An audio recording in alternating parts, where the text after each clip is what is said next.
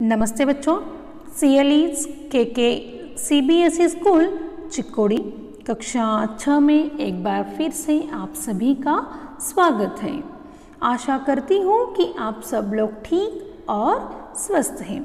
तो बच्चों, आज की इस कक्षा में हम पढ़ने वाले हैं विराम चिन्ह। अब विराम चिन्ह क्या होता है? विराम यानी कि रुकना, ठहरना, जैसे हम अंग्रेजी में स्टॉप कहते हैं, और चिन्ह यानी कि निशान, सिंबल या मार्क कहते हैं। ठीक है, तो ये विराम चिन्ह किस प्रकार भाषा में उपयोग किया जाता है, तो इसकी परिभाषा के अनुसार हम समझते हैं।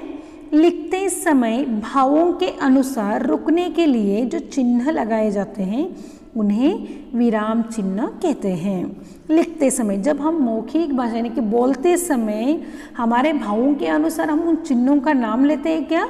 नहीं, ये विराम चिन्ह जो है वो सिर्फ और सिर्फ लिखित भाषा में ही इनका उपयोग होता है। क्योंकि जब बोलते हैं तो हम कुछ समय के लिए ठहरते हैं, कहीं पर स्पष्टीकरण देते हैं, कहीं पर उदाहरण देते हैं, कहीं पर आश्चर्य व्यक्त करते हैं, है ना। तो यहाँ पर हम चिन्हों के साथ नहीं बोलते, तो विराम चिन्हों का उपयोग सिर्फ लिखित भाषा में ही होता है, जहाँ पर हमारे मन के जो भाव होते हैं उन भावों के अनुसार रुकने के लिए, विराम लेने के लिए जो चिन्ह उपयोग किए जाते हैं उन्हें विराम चिन्ह कहते हैं। ठीक है, समझ में आया?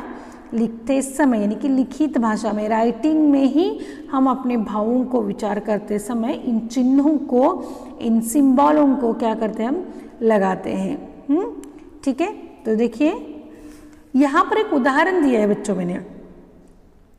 दोनों वाक्य सेम है, उसे रोको मत जाने दो, उसे रोको मत जाने दो, लेकिन इन वाक्यों के साथ मैंने कुछ यहाँ पर विराम चिन्ह भी लगाए हैं। यहाँ पर देखिए, हाँ, आपको नजर आ रहा है? उसे रोको मत जाने दो, उसे रोको मत जाने दो।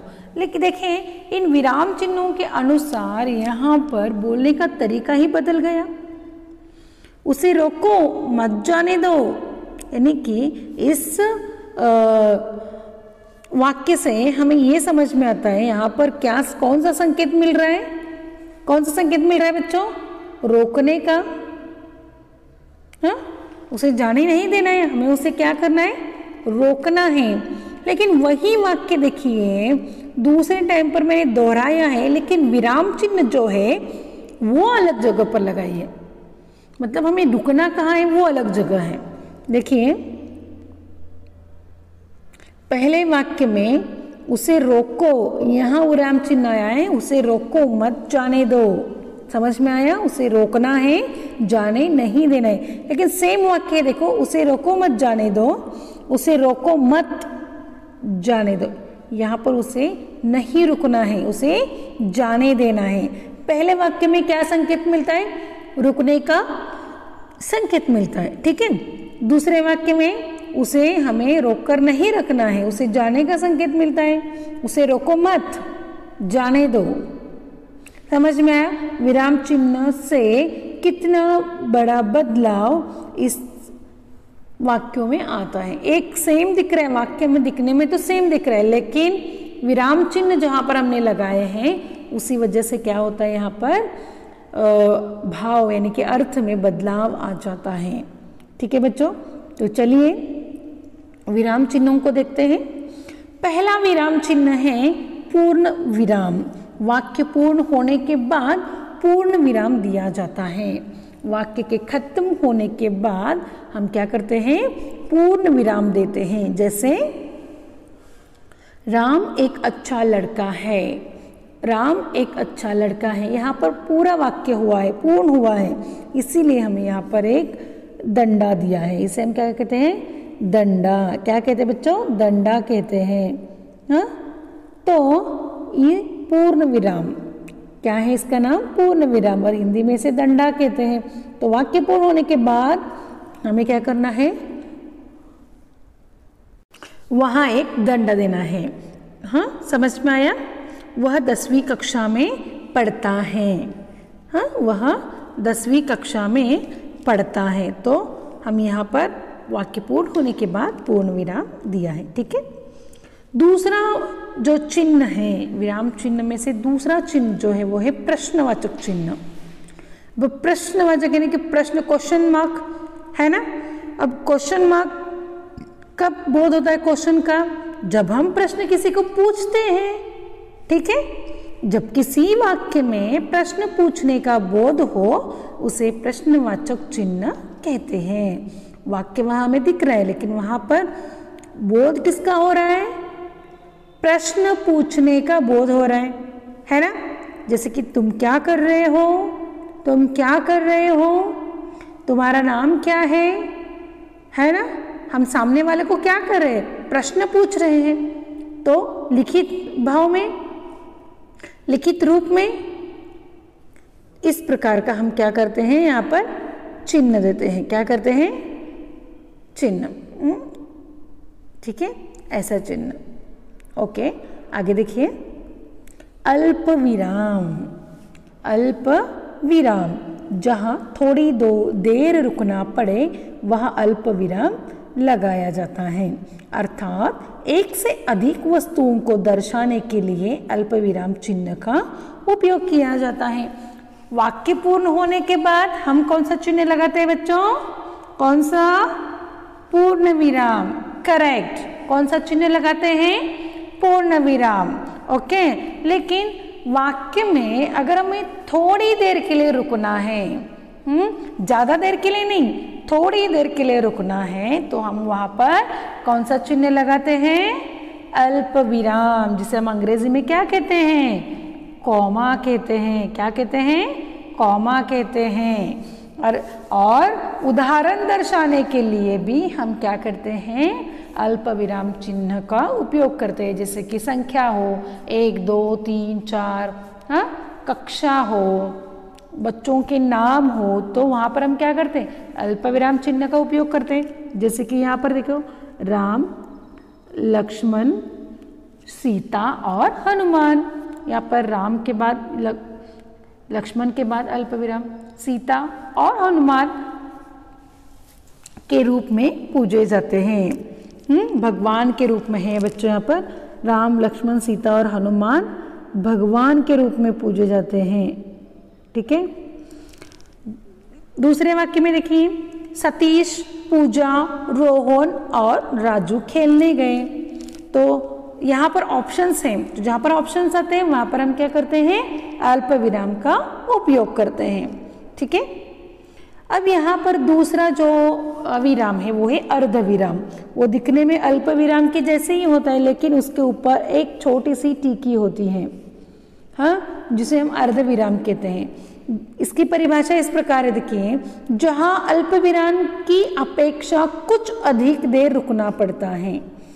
अल्प विराम यानी कि थोड़ी देर के लिए रुकना है, और अर्ध विराम यानी कि अल्प विराम से भी थोड़ा अधिक हम लिखते हैं। जहां पर दो वाक्यों के बीच में देखिए ये अर्ध विराम दिया जाता है।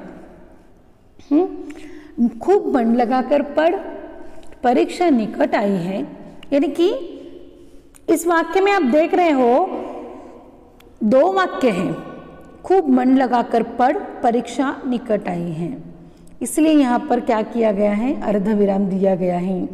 दूसरा देखिए, सूर्योदय हो गया, चिड़िया चहकने लगी और कमल खिल गए। सूर्योदय हो गया, इसके बाद हम थोड़ी देर रुकते हैं, चिड़िया चहकने लगी और कमल खिल गए। तो इन दो वाक्यों में हमने क्या किया? यहाँ पर अर्ध विराम को लगाया है। ठीक है, अगला देखिए, विस्मय आदि बोधक चिन्ह। जिस चिन्ह का प्रयोग हर्ष, विस्मय, आश्चर्य, करुणा, भय आदि भाव प्रकट करने के लिए किया जाता है उसे विस्मय आदि बोधक चिन्ह कहते हैं। यानी कि विस्मय आदि बोधक चिन्ह यानी आश्चर्य व्यक्त करना। आश्चर्य होता है, देखो बड़ा सा सांप देखते हो आप, हाँ, तो क्या करना है? अरे बाप रे कितना बड़ा सांप, आश्चर्य होता है ना। हाँ, उसी प्रकार कभी कभी आपको आनंद होता है, बारिश बाहर हो रही है और आपको बहुत आनंद हो रहा है, हाँ, तो क्या कहते हैं? वाव कहते हैं ना, उसी प्रकार हिंदी में वाह कितना सुंदर बारिश हो रहा है, क्यों ना मजे ले, है ना। इसी प्रकार आपको आनंद होता है। तो उसे लिखित रूप में दर्शाने के लिए हम कौन सा चिन्ह उपयोग करते हैं? विस्मयादिबोधक चिन्ह, जैसे कि वाह, हाय, आह, कितना अच्छा, अरे, शाबाश। इस प्रकार से हम क्या करते हैं? विस्मयादिबोधक चिन्ह का उपयोग करते हैं कि वाह कितना सुहावना मौसम है, हाय वो मर गया, इस प्रकार से। ठीक है, समझ में है? विस्मयादिबोधक चिन्ह हम कहाँ कहाँ पर लगाते हैं? हर्ष, विस्मय, आश्चर्य, करुणा, भय आदि भाव को प्रकट करने के लिए हम विस्मयादिबोधक चिन्ह लगाते हैं। समझ में आया? अगला देखिए, योजक चिन्ह। योजक चिन्ह यानी कि छोटा सा डैश होता है बच्चों, डैश जिसे हम कहते हैं अंग्रेजी में। योजक चिन्ह का प्रयोग समस्त पदों के मध्य में किया जाता है। समस्त यानी कि पूर्ण पद, सुख दुख, लाभ हानि, दिन रात। उदाहरण के तौर पर यहाँ पर दिया गया है, देश के सैनिकों ने तन मन धन से देश की रक्षा के लिए प्रयत्न किया। उसी के साथ साथ जहाँ पर आप समानार्थक शब्द दिखाते हो, अनेकार्थी शब्द दिखाते हो, हाँ, वहाँ पर हम क्या करते हैं? दोनों के बीच में जो चिन्ह होता है ना, उसे योजक चिन्ह कहते हैं। तो बीच में जो चिन्ह लगाते हैं उसे हम क्या कहते हैं? योजक, यानी कि छोटा सा डैश होता है वहाँ पर। ठीक है, समझ में आया? अब अगला है उद्धरण चिन्ह। उद्धरण चिन्ह, ये उदाहरण चिन्ह जो है वो दो प्रकार के हैं। देखिए कितने प्रकार के हैं? दो प्रकार के हैं। एक होता है इकहरा, जो हमने यहाँ पर लिया है, और दूसरा होता है दोहरा। इकहरा और दोहरा। अब ये इकहरा कौन सा होता है? इकहरा यानी कि single inverted comma, single inverted comma. ठीक है, इसे हम क्या कहते हैं? इकहरा उद्धरण चिन्ह। जो कहाँ पर दिया जाता है इकहरा उद्धरण चिन्ह? हाँ, जहाँ पर बच्चों इस मतलब यहाँ पर उद्धरण चिन्ह की परिभाषा देखिए पहले। किसी की कही हुई बात को उसी तरह प्रकट करने के लिए उद्धरण चिन्ह का उपयोग किया जाता है। हाँ, और इकहरे उद्धरण चिन्ह का महत्वपूर्ण जो शब्द होते हैं, देखिए महत्वपूर्ण शब्द, मतलब आगरा में ताजमहल स्थित है। आगरा में ताजमहल स्थित है।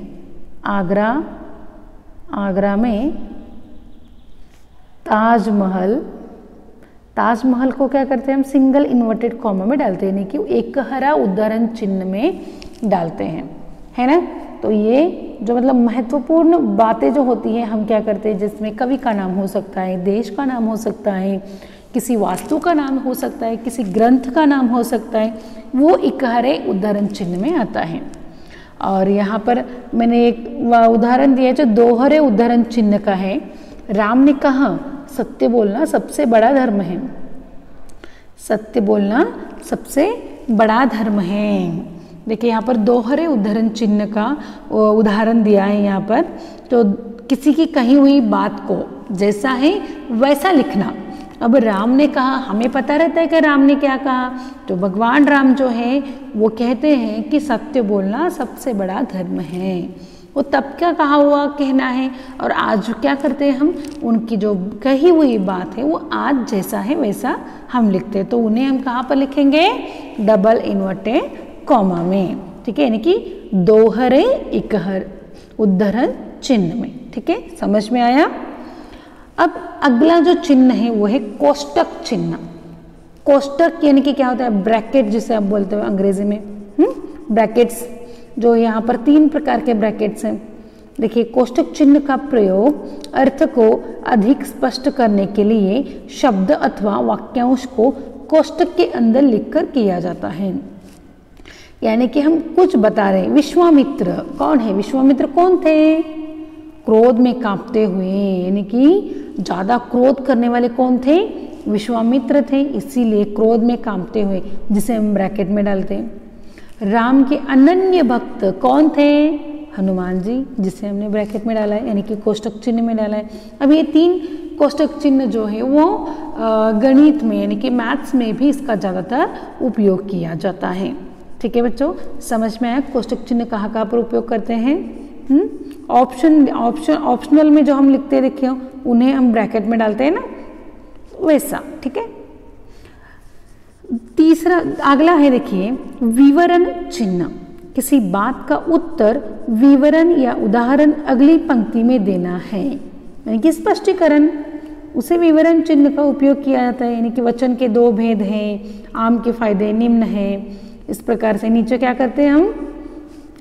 करते हैं वो पॉइंट्स के अनुसार उनके जो भेद हैं, जो आम के निम्न फायदे हैं, वो सब लिखते हैं, यानी कि स्पष्टीकरण करते हैं। ठीक है, तो वहां पर विवरण चिन्ह का उपयोग किया जाता है।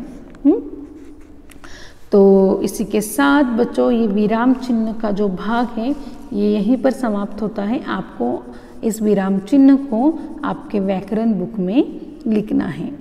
ठीक है बच्चों, इसी के साथ एक कक्षा यहीं पर समाप्त होती है। अगली कक्षा में हम एक नए पाठ के साथ आएंगे। धन्यवाद।